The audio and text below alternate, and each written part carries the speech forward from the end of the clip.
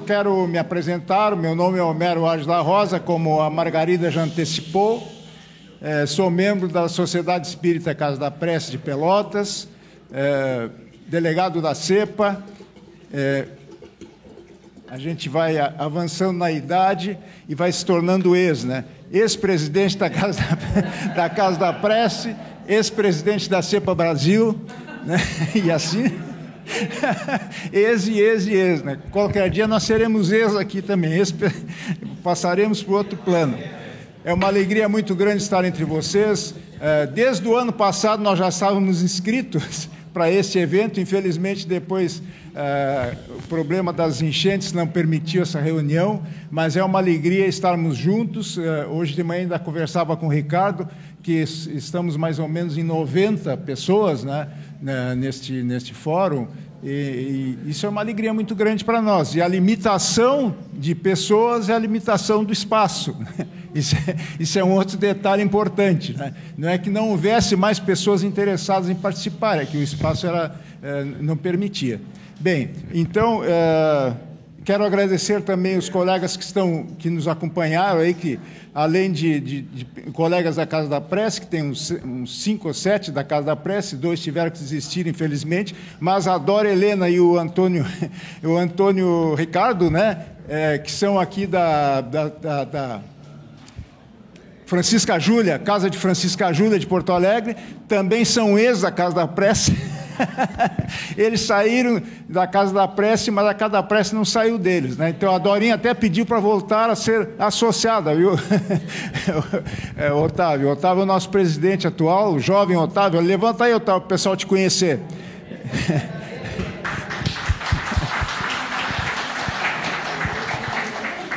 É uma alegria, então, pessoal, estarmos juntos, com tantos amigos queridos de tantas jornadas espíritas. Estou, então, aqui com grande alegria, apresentar o nosso amigo Moacir de Araújo Lima. O Moacir é natural de Porto Alegre, conferencista na área de espiritualidade e ciências desde os 14 anos, vem apresentando palestras e workshops no Brasil e no exterior. É bacharel em Física, com 3 pós-graduações nessa área, bacharel em Direito, professor universitário e mestre em Linguística da área de Lógica da Linguagem Natural pela PUC Rio Grande do Sul. Prezado amigo Moacir, é uma alegria recebê-lo.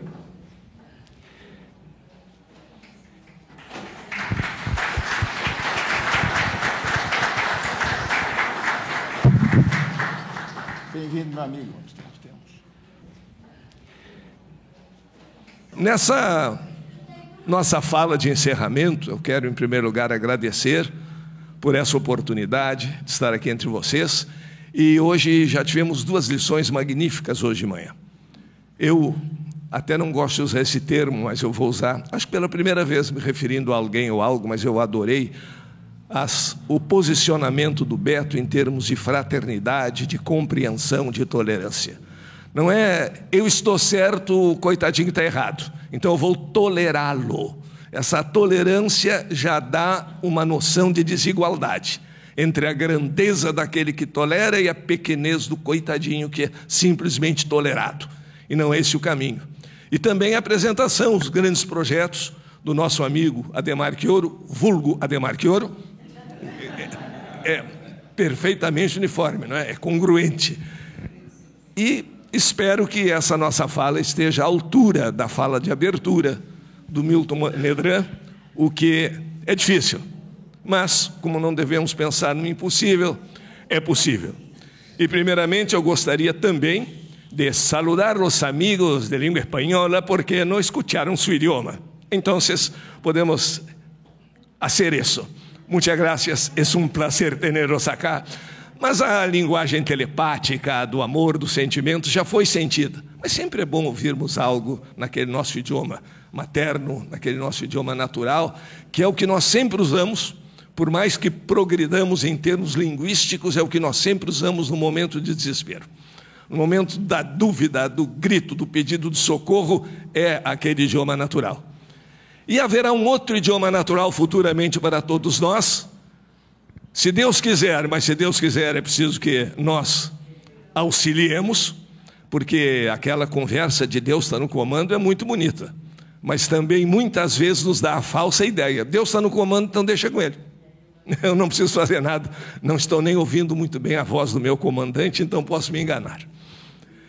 E quando tratamos o que eu fiz no livro mais recente, da vida, do viver, vivendo em modo ser, há uma diferença muito interessante a ser questionada e que nós todos já percebemos na evolução em que nos encontramos.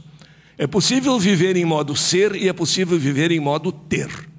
O modo é aquele comando que nós damos a um computador, a uma máquina qualquer, dessas que são muito intolerantes porque não permite o nosso erro, não pensam sequer em uma adequação à nossa linguagem, nós é que nos habituemos à linguagem da máquina, mas o modo operacional, em que momento, em que situação, em que tema a máquina irá dar mais foco, e a nossa vida está presente nela, essa escolha de viver em modo ser ou viver em modo ter. Naturalmente que o ter é importante para todos nós. Nós precisamos ter determinado conforto, condições de vida, e nos preocupamos, inclusive, em levar melhores condições de vida àqueles que nada têm. Mas não pode ser o nosso foco principal. E na nossa linguagem, no nosso dia a dia, muitas vezes nós mostramos nos desviar do ter para o ter, abandonando o ser. É muito comum, todos nós já ouvimos alguma conversa desse tipo, quando perguntamos, conhece fulano de tal? Conheço, tem uma casa de tantos metros quadrados em Miami, que vale tantos dólares, o marido é CEO de uma empresa internacional e ganha tanto, e não me disse nem uma característica do que a pessoa é, só deu característica do que a pessoa tem. E às vezes nós fazemos essa confusão em tudo. Aquelas pessoas que fazem questão de mostrar os seus títulos de ensino superior, eu tenho tal título. Nem o doutorado encurta a orelha do burro. A pessoa tem condições ou não tem, mas não é preciso que se diga, não é preciso esse exibicionismo, desfilar com o último modelo e assim por diante, porque pouco a pouco com isso nós esquecemos o ser e começamos a buscar exclusivamente o ter. Nesse sentido, há dois princípios muito importantes da física quântica. Um nos diz o seguinte: a expectativa do fato cria o fato. Ou seja, lá no mundo subatômico, as partículas, em quem os físicos estão começando a descobrir uma consciência, embora confessem não saber exatamente o que é isso, mas saberem que existe. Definição é sempre difícil, porque definir é limitar. Uma ocasião, em um debate, o representante de uma corrente ateísta me perguntou, o senhor pode definir Deus? Não. Então Deus não existe. Bom, então também não existe vida, não existe eletricidade, porque no momento em que eu conseguir definir Deus, eu terei dado a maior prova da sua inexistência. Porque definir significa limitar. Eu posso definir um triângulo, uma figura geométrica, que são criações da mente humana, mas eu não posso definir o infinito. Definir o infinito seria absolutamente impossível. Então, quando sabemos que a expectativa do fato cria o fato, nós estamos reforçando aquele poder do pensamento positivo, da mente harmonizada, da sintonia com forças superiores do universo. Exatamente por quê? Nesse sentido de a expectativa criar o fato, nós precisamos pensar também na nossa realidade humana. Lá no mundo subatômico, quando nós esperamos que o elétron tenha um comportamento de onda, ele se comporta como onda. Quando nós esperamos que ele se comporte como partícula, ele se comporta como partícula. A famosa experiência da dupla fenda de 1935 provou isso. Mas o mais importante dentro dessa experiência foi o seguinte: naquela época, como o homem é muito dado a polarizações, e quando adota polarizações se fanatiza, e quando se fanatiza deixa de raciocinar, seja qual for o lado escolhido para fanatizar-se, os físicos estavam absolutamente torcedores de expectativas. Um grupo era do partido da partícula. O elétron é partícula. se comporta como tal e, sendo partícula, não pode ser onda. O outro grupo era o partido ondulatório. O elétron é onda, e se tem manifestação ondulatória, não pode ter manifestação de partícula. Feita a experiência, 1935, até então eles se regozijavam com pequenas vitórias, com triunfos ocasionais, e lá numa experiência o elétron movimentava um molunete num tubo de raios catódicos, é partícula. E sendo partícula não pode ser onda. Aí vinha a intolerância, que é presente na ciência. John Wheeler sempre dizia que não é lógico imaginar que todo cientista pense cientificamente. Aos que rejeitam sem examinar, que seria exatamente um processo anticientífico. Então, quando havia esse comportamento de movimentar um molinetezinho, é partícula. Logo, e aí o erro, aí o absolutismo, aí a intolerância. É partícula, logo não pode ser onda. Em outras experiências, se manifestava em vários lugares ao mesmo tempo, é onda. E se é onda, não pode ser partícula.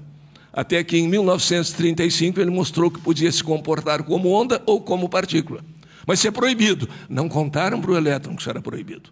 Ele não sabia e transgrediu essa regra de intolerância.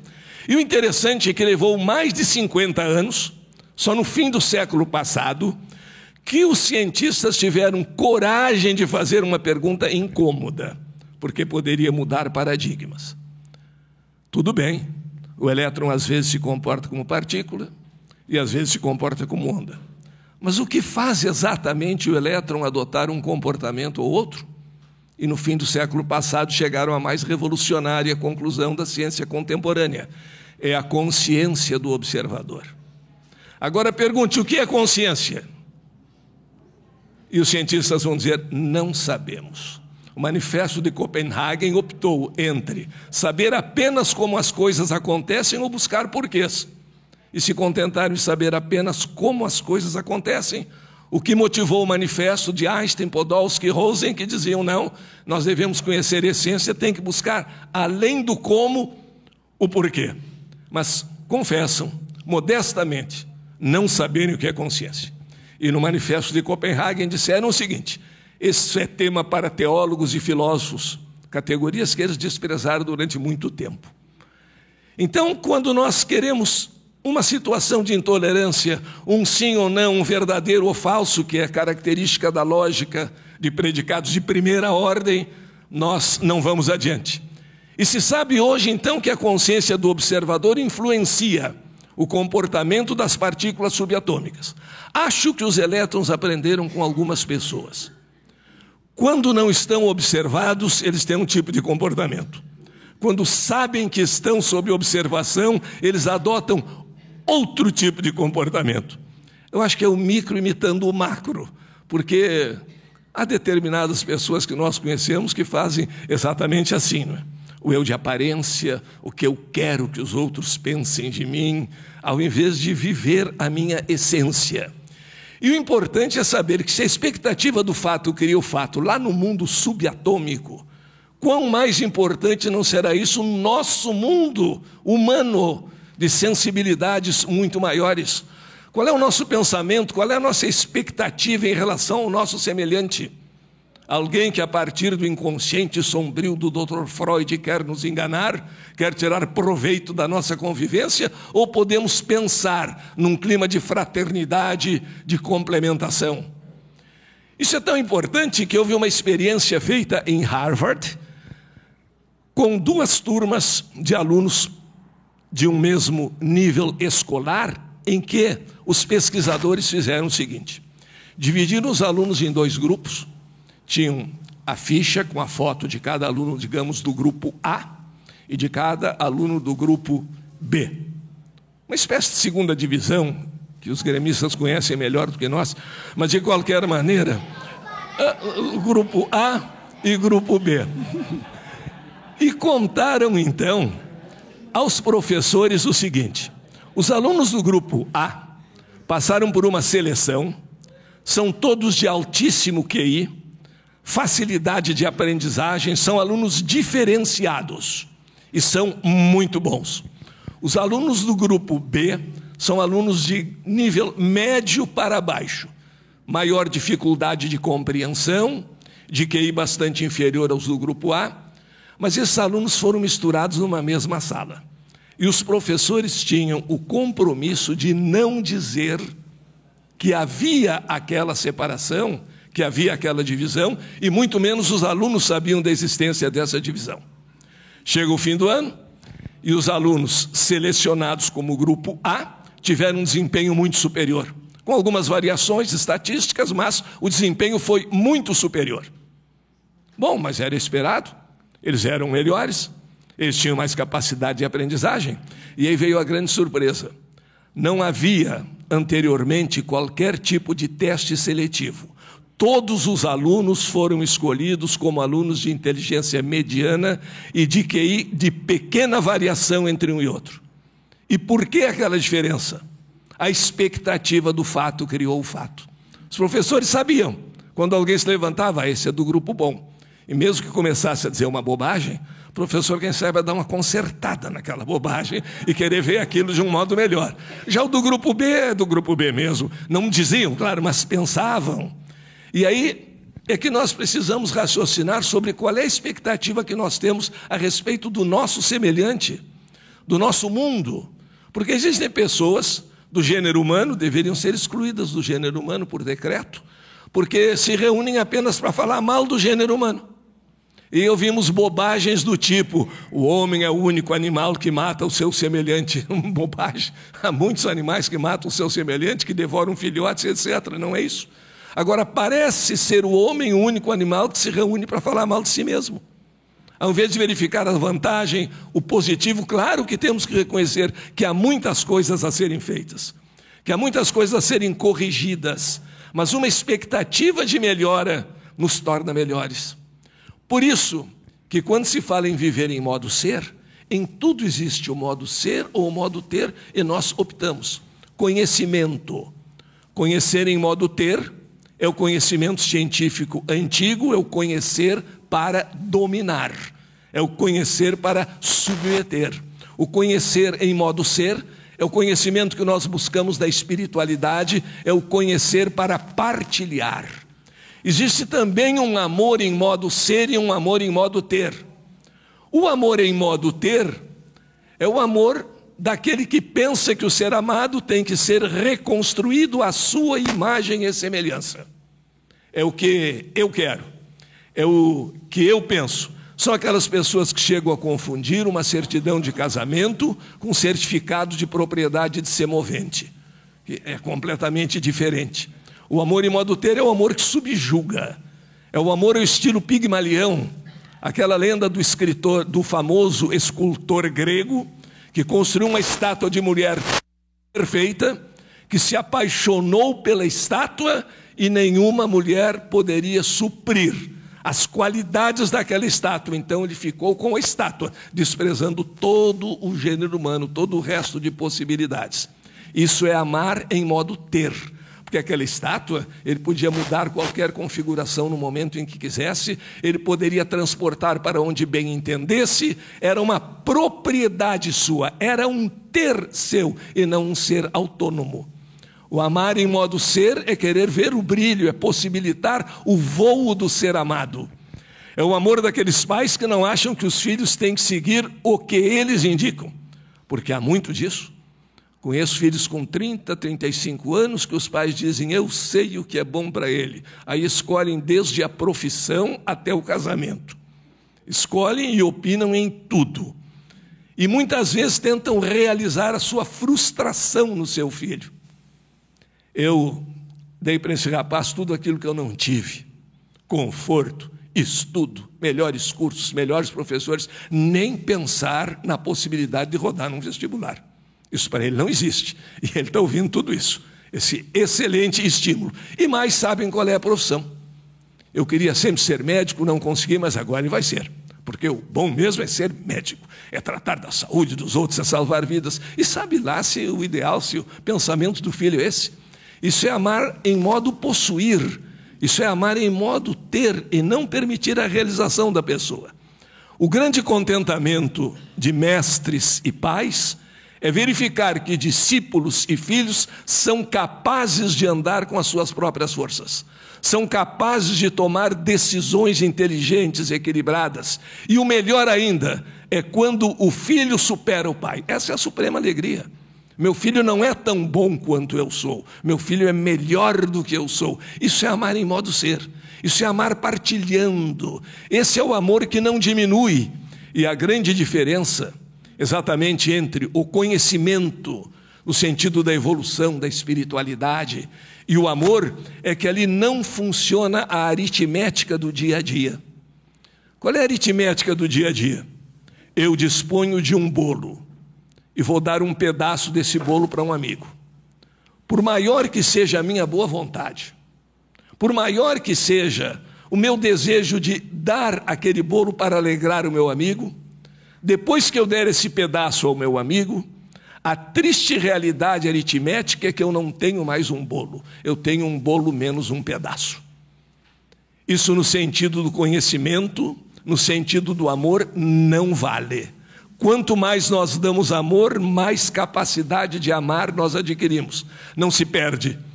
Esse amor que não tem prazo de validade, que não tem prazo de decadência, que continua a existir, esse nós podemos dar sem medo de perdermos alguma coisa. E assim também o conhecimento. Quanto mais nós distribuímos um conhecimento, principalmente nesse terreno da evolução humana, da espiritualidade, mais nós adquirimos, mais nós nos tornamos receptivos a novas ideias, menos intolerantes e mais capazes de buscar e de conhecer. Isto significa conhecer em modo ser. Debates. Há debates em modo ser e debates em modo ter. Debate em modo ter é o que infelizmente nós assistimos na maioria dos debates políticos. Cada um sabe que não vai convencer o outro de nada. Não podendo, como bem lembrou hoje o Beto, não podendo vencer no terreno das ideias, porque até muitas vezes nem as possui, resolve denigrir o oponente, com o perdão do termo que não é adequado, resolve diminuir a possibilidade do oponente, resolve mostrar os defeitos pessoais do outro e não há nenhum debate a respeito de ideias. Eu, debatedor, tenho absoluta certeza que estou com a verdade, tenho que convencer o outro da minha verdade e não ouço nada do que o outro disser. O outro está no erro, é errado. É aquela política que gerou a Inquisição, absolutamente equivocada, que dizia o seguinte: nós temos que combater o mal, mas o mal é uma entidade abstrata. Então, não podendo combater e eliminar o mal, vamos eliminar os maus. E quem são os maus? Aqueles que não pensam como nós pensamos. Está justificado todo um movimento de atrocidades praticadas contra o gênero humano. Nesse debate em modo ter, é isso que se passa. Eu quero é convencer a maioria. E o que é pior, às vezes nós fugimos do terreno das ideias. Sabe qual é o objetivo? Um dos debatadores quer convencer a todos que o outro não presta. E o outro quer convencer que quem não presta é ele. E aí isso é um debate em modo ter. O que é um debate em modo ser? É o que nós temos em uma reunião como a nossa. Nós divergimos no terreno das ideias, e isso teoricamente é fácil, na prática não é tão fácil assim. Nós divergimos no terreno das ideias, mas nós continuamos amigos. Nós divergimos em determinados pensares, em determinados enfoques, mas nós não vamos nos odiar por causa disso. E muitas vezes nós somos capazes de mudar de ideia. A capacidade de mudar a partir de um raciocínio lógico, de uma argumentação bem apresentada, caracteriza os espíritos que querem evoluir. Porque nós não temos as mesmas ideias de quando éramos crianças. Nós hoje preferimos um prato de camarão a um leitinho morno, mesmo que seja um leite materno. Então isso é mudar. E nós vamos mudando e aceitando novas ideias, não pela novidade em si mesma, mas pela capacidade de nos aprimorarmos, de aprendermos mais, de passarmos a ser uno com as nossas ideias. As ideias nos vêm de acordo com a nossa evolução. Eu conheci, na minha infância, um sábio, estudioso de religiões comparadas, que dizia algo muito interessante sobre as religiões. O homem não tem a religião que quer, ele tem a religião compatível com o seu estado de evolução. Tudo é capacidade de compreender mais e melhor. Se nós vamos evoluindo, nós somos como um caminhante que anda pelo deserto e que está sofrendo muita sede e de repente encontra uma poça d'água no caminho e se atira e ali sacia sua sede. Logo depois, sede saciada, ele olha e diz: essa água não é de boa qualidade, essa água não é muito boa. Tudo certo, vá adiante, procure uma fonte melhor, mas não entulhe, não faça mal àquela fonte que saciou a sua sede, porque outros poderão vir na estrada e necessitar, como ele necessitou, daquela água, mesmo que não tenha aquele alto grau de pureza que seria desejável. São as circunstâncias que vamos encontrando no caminho. E aí nós vemos a diferença entre saber e viver as suas ideias. Há pessoas que são capazes de recitar de cor qualquer versículo da Bíblia, do Novo Testamento ou do Livro dos Espíritos. Isso é muito bonito, é muito interessante. É um bom exercício de memória. Memória é bom. Se nada temos de memória, nada temos de conhecimento. Mas seria muito estranho ouvir uma pregação sobre amor e evangelho e depois encontrar o pastor agarrado a soco na esquina com alguém por causa de um desaforo num acidente de trânsito. Isso é diferente. Só saber a ideia não é suficiente. É preciso ter condições de aplicá-la. Por exemplo, vamos ensinar a fórmula de Bhaskara a um aluno do 3º ano do ensino básico. E ele vai decorar a fórmula. Muito bem, mas não sabe para que ela serve. E diante de uma equação do 2º grau, para cuja resolução serve aquela fórmula, ele nada fará. Então não adianta também querermos demonstrar um conhecimento que não temos. É bonito dizer não sei, é bonito dizer eu estou aprendendo, porque apenas repetir mecanicamente não introjeta em cada um de nós aquilo que nós buscamos. Existe uma história 50% verdadeira, 50% não, a respeito de Einstein. Aliás, a respeito de Einstein existem coisas extraordinárias, né? Todo mundo diz alguma coisa que Einstein falou. Inclusive que Einstein teria dito tudo é relativo. Ele jamais teria dito uma bobagem desse tamanho que ia acabar com a própria teoria dele. Porque seria como o ceticismo absoluto do filósofo grego Pirro. Em nada se deve acreditar, nem nisso que estás dizendo. Agora ficamos oscilando entre o crer e o não crer. Então conta a história de Einstein, que ele tinha um motorista muito parecido com ele. Aliás, há um uso, e essa é verdadeira, da inteligência numa história de Einstein que é extraordinária. Ele tinha um sobretudo preto, velho, muito surrado, e gostava de andar com aquele sobretudo, e andava sempre com aquele sobretudo. Uma vez, em um congresso nos Estados Unidos, um estudante se aproximou dele, era fã do Einstein, e disse: doutor Einstein, interessante, né? Naquela época o professor era tratado por doutor e professor, hoje virou tio. Que em geral nem tio é, porque não é parente da família, mas tudo bem. O estudante se aproximou de doutor Einstein. O senhor, o gênio do século, uma pessoa das mais brilhantes e conhecidas da humanidade, não fica bem esse sobretudo. O senhor podia usar um sobretudo de melhor qualidade. E Einstein teria respondido: não tem importância, porque aqui todo mundo me conhece. Meses depois, o mesmo estudante encontra Einstein na Alemanha, em um congresso, com o mesmo sobretudo, e faz a mesma observação. E o Einstein respondeu: não tem importância, porque aqui ninguém me conhece. Então, qual é a melhor desculpa? É todo mundo me conhece ou ninguém me conhece? E depende, como todo fenômeno físico, depende do observador. E essa história do motorista, que era muito parecido com ele, o motorista assistia todas as palestras do Einstein. Ficava lá na última fila, escutando a palestra, depois seguia com ele e tinha boa memória. E uma ocasião, levando Einstein para uma dessas palestras, o motorista perguntou: qual é o título da palestra hoje, doutor? E aí ele deu o título. Digamos, por exemplo, relatividade especial.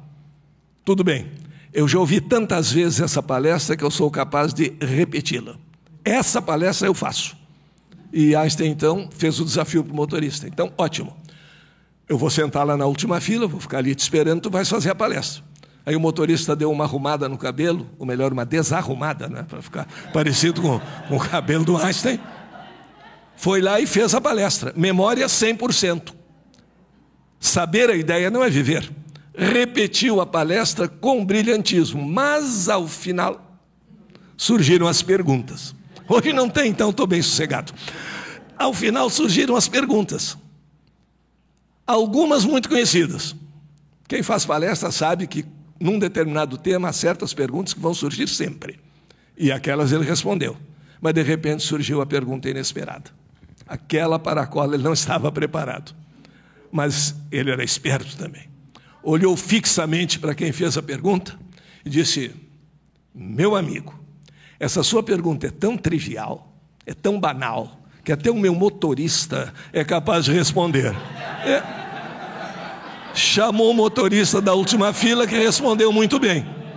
Essa é uma diferença entre saber a ideia e viver a ideia, o que é fundamental nesse nosso progresso. Então nós falamos em uma das grandes leis da física quântica, que diz que a expectativa do fato cria o fato. Existe outra, que é chamada a grande lei, a lei da interconectividade. Todos nós, numa medida maior ou menor, estamos interconectados. Foi preciso, será que foi preciso a pandemia para entendermos que o problema do chinês pode não ser somente do chinês? Pode ser nosso também? Que o problema do nosso vizinho também pode ser nosso? E poderíamos então levar isso para uma lição melhor, aprendendo que as necessidades do gênero humano são nossas necessidades. Nós devemos também confiar na nossa capacidade. Nós devemos nos orgulhar de alguns feitos. Nós, os humanos, fomos à Lua. Nós, os humanos, fomos a Marte. Sim, nós temos coisas boas. Mas nós, os humanos, temos problemas a resolver e devemos procurar a resolução desses problemas. Buscando a nova ideia, o progresso, a capacidade de viver em fraternidade, de viver com tolerância. Porque o homem vai progredindo, sem dúvida alguma. O progresso é uma lei. Está no livro dos Espíritos. Não é uma opção, é uma lei. Na pior hipótese, nós podemos parar, mas temos que progredir e progredimos. Progredimos em todos os aspectos, sem dúvida alguma.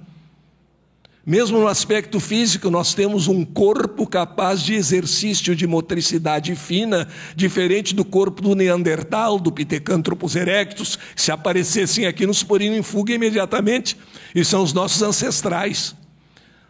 Nós progredimos em tudo, na capacidade de apreciar as artes, na beleza, na produção de leis mais justas, embora nem sempre as cumpramos, mas elas estão aí à nossa disposição e deveríamos cumpri-las. E mesmo na nossa característica física.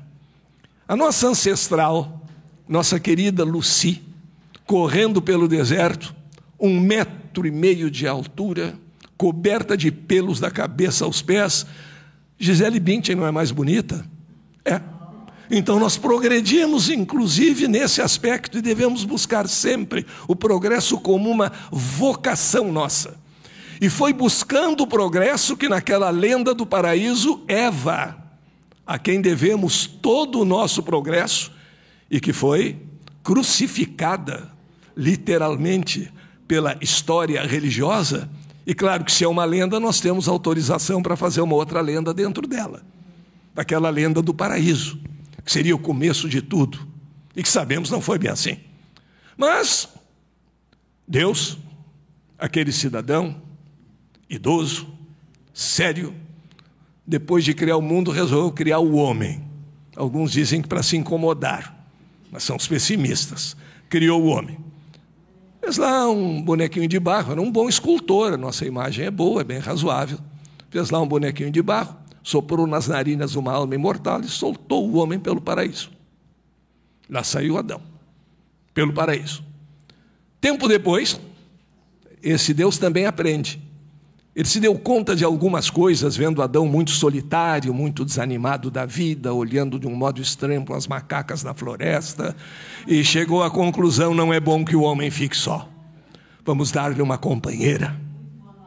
Aí colocou o Adão em sono profundo, foi a primeira anestesia por hipnose da história da humanidade. Tirou uma costela, não sei como conseguiu moldar, e moldou ali a companheira de Adão.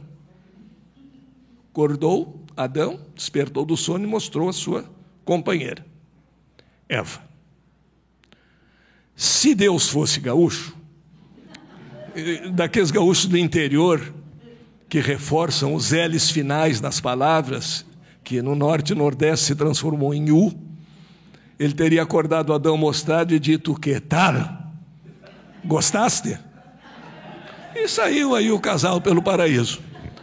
A história oficial é diferente um pouco da que vamos contar agora.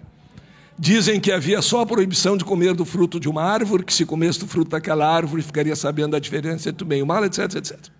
Bem, saíram os dois, passearam bastante pelo paraíso, e lá pelas tantas, Eva, porque a mulher é mais curiosa, a mulher é mais indagadora por natureza.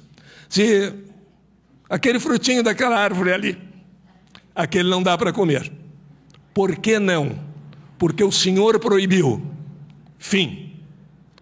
Isso é o que em filosofia nós chamamos argumento de autoridade, uma coisa absolutamente nociva. Ah, porque fulano disse? Fulano disse é um dito. Quando Aristóteles era a figura mais conhecida na Grécia, qualquer discussão se encerrava com Aristóteles disse. E Aristóteles chamou os discípulos e disse: vocês não me entenderam. Aristóteles disse: é como qualquer um ter dito. Vamos examinar racional e logicamente a questão proposta e não encerrá-la assim. E Eva teve essa capacidade, essa rebeldia tipicamente feminina. O Senhor proibiu por quê? Ele não disse, então não tem muito sentido. Mas aí Eva começou a insistir. Adão disse: não, o Senhor proibiu, vou obedecer. Adão era o ortodoxo, né? Está escrito, respeita-se, e terminou. E Eva perguntava: por que não podemos comer? Nós vamos provar daquela frutinha. E quem tem o prazer de conviver com as mulheres sabe que a gente pode dizer não, mas o número de não antecede o sim, que vai ser o final. Então, se quiser cansar, diga 50 não antes do sim, mas vai ter que dizer um sim no fim da história. Não adianta, vai ter que chegar lá. Mas Eva, como era espertíssima, sabia dessa ideia que o homem em geral não aceita muito aquilo que a mulher diz. Ele acredita mais no filósofo de barzinho, que depois da 10ª cerveja, comemorando a vitória ou chorando a derrota do seu time, diz algumas coisas que ele acha importantíssimas e sai a repetir em casa. Então Eva já precisou um reforço e disse: olha, dizem, isso ela inventou, ela é esperta, dizem que a serpente é muito esperta. A serpente sabe tudo, e foi a serpente que me aconselhou a provar aquele fruto. Ah, foi a serpente. Aí lá vai ele de novo com o argumento de autoridade. Então deve estar certo. Provou e foram expulsos. Graças a Deus. Porque senão estaríamos num marasmo absoluto, sem futuro, sem progresso, sem dificuldade, sem conquista, sem nada. As conquistas nós devemos exclusivamente a Eva, embora tenha sido muito maltratada nas Escrituras. Até não sei porquê, naquela época áurea, daquele feminismo radical absoluto, que sucedeu o machismo radical absoluto, os extremos nunca são bons, né? Em nada, nem em política, nem em coisa alguma. Buscar o justo meio termo, porque o extremo sempre só condena o outro, não faz nada. Extrema-direita no poder mata com a mão direita os inimigos e diz que o feio é matar com a esquerda. A extrema-esquerda no poder mata com a mão esquerda e diz que o feio é matar com a mão direita. O feio é matar. Um dia chegaremos a essa conclusão. Então, naquela situação extrema, nós temos que entender. Não sei por que não houve protesto do movimento feminista. Eva é feita de uma costela, não é nem carne de primeira. Vamos protestar contra isso, porque não está muito bom.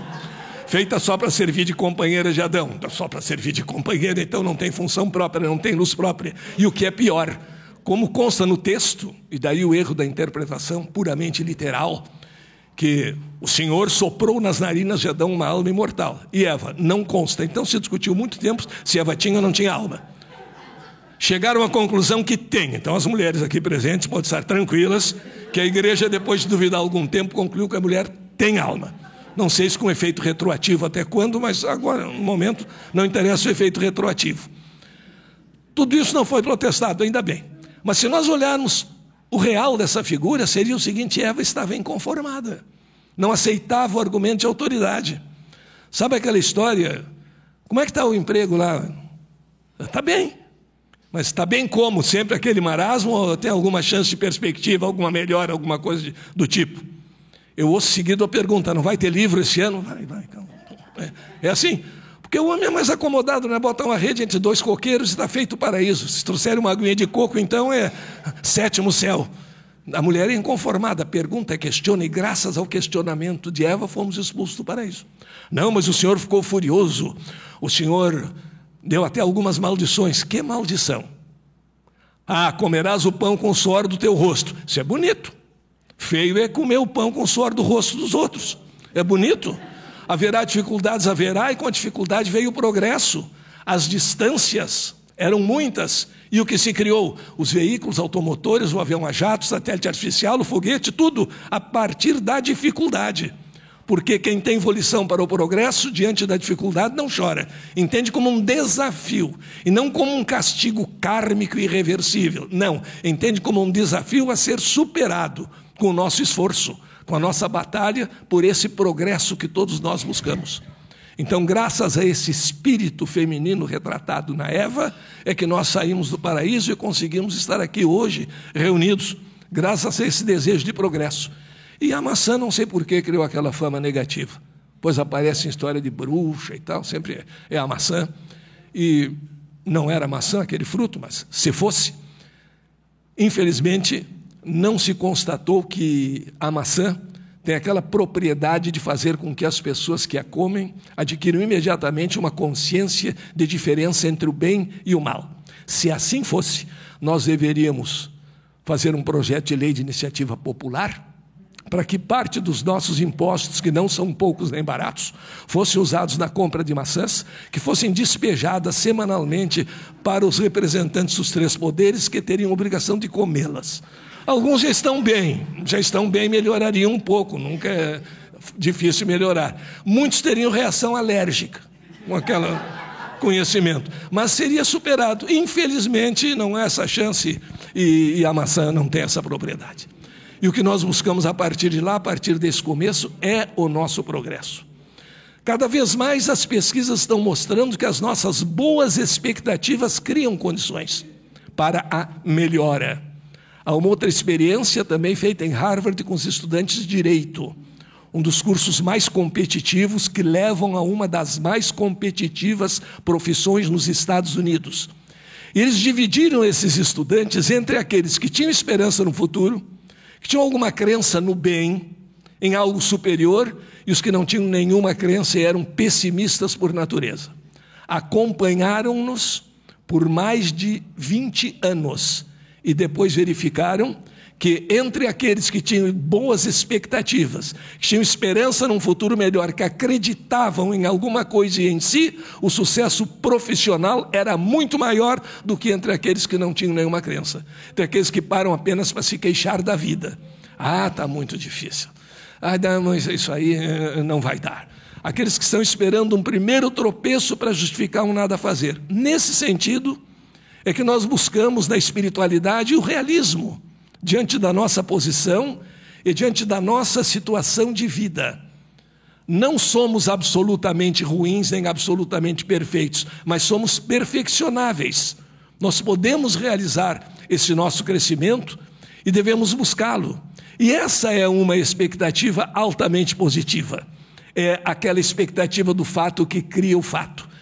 E um dos detalhes mais importantes para nós buscarmos esse progresso é nos livrarmos das falsas culpas. Nós, nas religiões tradicionais, fomos educados como seres absolutamente culpados e pecadores. Já nascemos com o pecado original, o que é um verdadeiro absurdo. A lei dos homens é até mais perfeita nesse sentido. A maioria, não todos, os sistemas legislativos entendem que a culpa não pode ir além da pessoa culpada, e não às outras gerações. Então já nascemos com o pecado original. Tem lá um senhor idoso cuidando da nossa vida o tempo inteiro, verificando tudo o que nós estamos fazendo. Temos algumas proibições fundamentais, e se transgredirmos uma daquelas regras, este senhor, que nos ama de todo o coração, vai nos mandar para o inferno para sempre, sem possibilidade de recuperação, sem possibilidade de resgate dessa maneira. Então nós temos que afastar esse sentimento de culpa que muitas vezes nos proíbe de ser felizes. uma condenação oportuna que faz Nietzsche a essa história de deixar a felicidade para outra vida. Não podemos, nós temos direito de amar e de sermos felizes. Ah, mas a felicidade integral é só no plano tal. Nós temos as nossas limitações e viver dentro delas. É proibido estarmos contentes pelo fato de estarmos aqui reunidos. Não vivemos momentos de muita alegria, de troca de ideias, de aperfeiçoamento, de crescimento espiritual. Isto é bom. Isso nos torna felizes. Ah, mas o anjo Gabriel é mais feliz. Lá tem lá o problema dele também, do anjo Gabriel. Não é o meu. Nós temos as nossas condições de crescer, de realizarmos a nossa alegria, a nossa felicidade, principalmente quando buscamos o conhecimento, quando começamos pouco a pouco a entender o porquê de determinadas coisas e nos livrarmos de culpa. Até porque, muitas vezes, a culpa é a vestimenta de luxo com que se fantasia a soberba em determinadas ocasiões. É a fantasia da onipotência. Alguém visita um amigo enfermo todas as tardes. Este amigo fica muito feliz com a visita. Pode falar de si mesmo. Tem visitante que não deixa o doente falar. Fala mais que o doente. O doente conta as suas dores e o visitante conta as suas, que são maiores. Porque a dor de cabeça dele sempre é maior que a dos outros. Essas pessoas assim, PhD em dor de cabeça, são muito perigosas. Porque se a gente se com uma dorzinha de cabeça, eles vão nos olhar do alto do seu pós-doutorado e dizer: ainda bem que tu falaste dorzinha. Dor de cabeça tenho eu. Quando me ataca, leva 3 dias, não tem remédio que cura. Claro que não tem. Já deu o comando para o cérebro, não há remédio que cura. O cérebro já entendeu essa ordem e vai cumpri-la fielmente. Então, deixa o doente falar, é melhor. E faz bem essa visita. Lá pelas tantas, é convidado para uma happy hour e não visita o amigo. E o amigo morre. Aí ele vai se culpar o resto da vida por isso. Se eu tivesse ido lá, meu amigo não tinha morrido. Dá para perceber que por trás dessa culpa, que não tem razão de ser, há o disfarce da onipotência. Será que essa pessoa está com esse poder todo, que pelo simples fato de visitar o amigo garantiria a vida do amigo para todo sempre, ou pelo menos enquanto ele existisse? E esse disfarce de onipotência é isso que nos diz. Esse disfarce que nos diz, não pode ser feliz, não pode festejar. Imagina convidar alguém para o aniversário, fazer questão e a pessoa morrer no caminho, num acidente, pronto, sou culpado disso, não sou. O direito humano já explica bem o detalhe da culpa.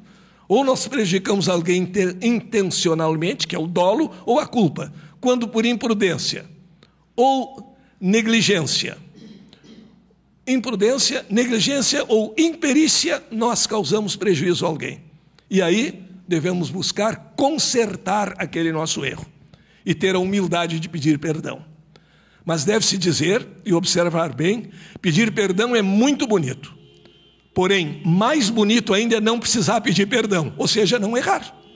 Porque a pessoa que erra, perdoa, perdão, perdão. E aí fica um vício, fica um mecanismo assim do perdão como um círculo vicioso que também não nos é útil.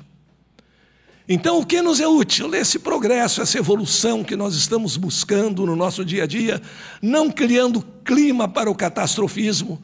Aquelas pessoas que estão sempre amedrontadas, que estão sempre de mal com o mundo, que são sempre pessimistas, não significa dizer que essas pessoas necessariamente sofrerão alguma coisa neste sentido.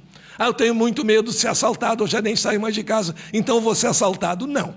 A própria ciência de hoje é probabilística e não de certezas, mas que nós criamos um ambiente mais propício, que nós aumentamos a probabilidade do desastre, nós aumentamos.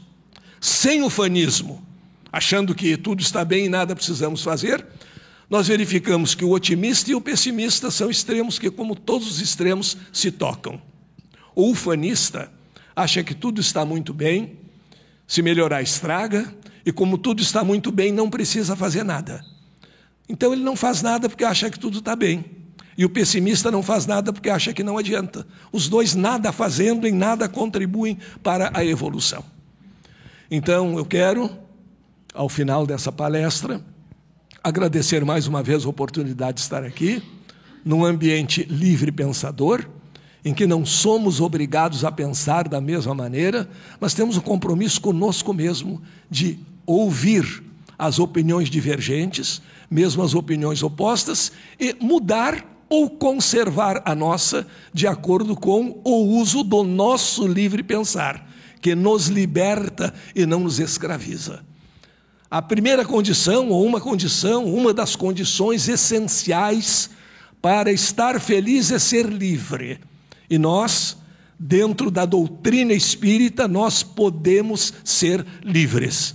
O Espiritismo é a única doutrina que, se considerado sob o aspecto religioso, nos permite questionar. Não só nos permite, nos convida a questionar.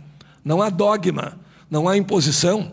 Eu posso questionar, eu posso perguntar e desejar uma resposta lógica capaz de me convencer, e se a resposta não me convencer, ou eu ainda não estou no estágio de compreendê-la, então não a jogo fora, mas deixo na prateleira, não vou querer usar no momento aquilo que não conheço, que não tenho condições para utilizar, como a fórmula de Bhaskara para um menino que está aprendendo as primeiras letras, mas também eu não vou recusar sem exame.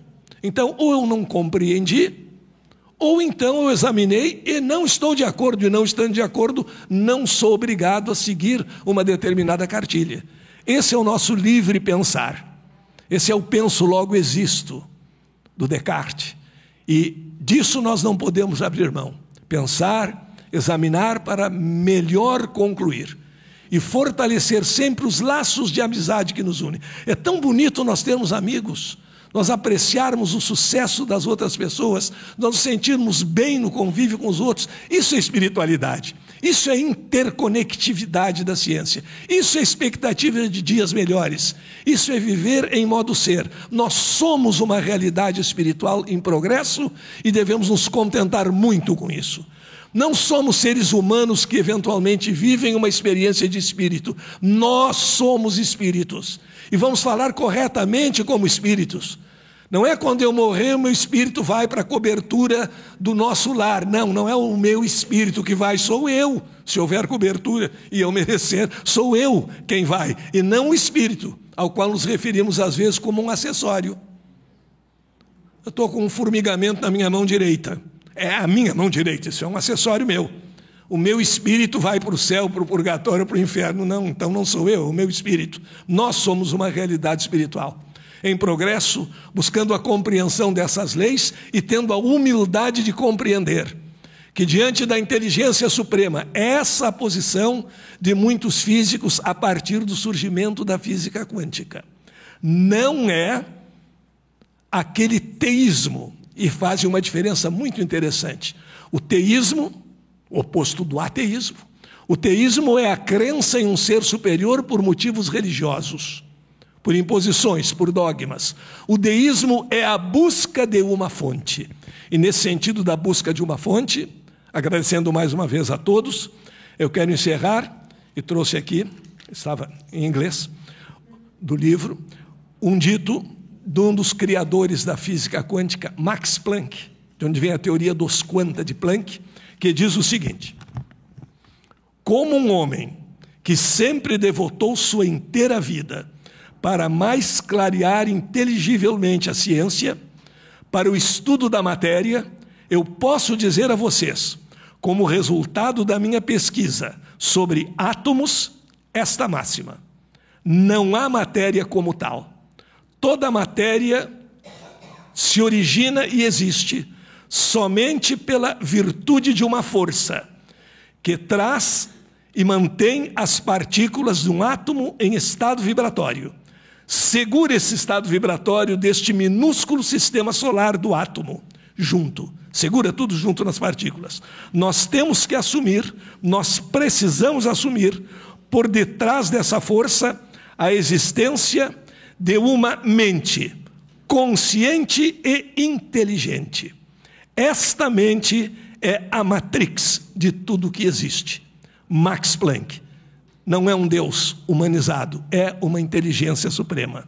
É a busca do perfeito, é a busca das razões de tudo aquilo que nós vivemos. Muito obrigado e até um próximo encontro.